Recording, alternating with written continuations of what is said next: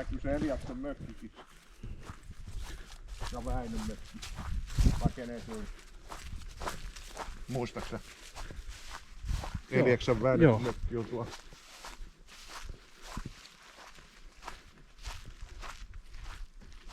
Sä olit niin pieni poika, että sä taida paljon muistaa. Ei mä tästä.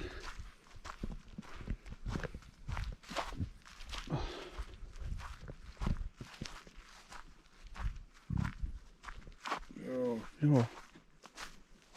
Onko tässä kyllä monet kerrat kyllä kalasteltu. Joo. Oho. Siinä oli monttu. Joo, tossahan meillä oli ne verkot. Ja onhan siellä Eliaksen näköjään katiska nytkin vissiin. Joo. Tuollahan, eikö toi ole se niitten mökki? Joo. Joo.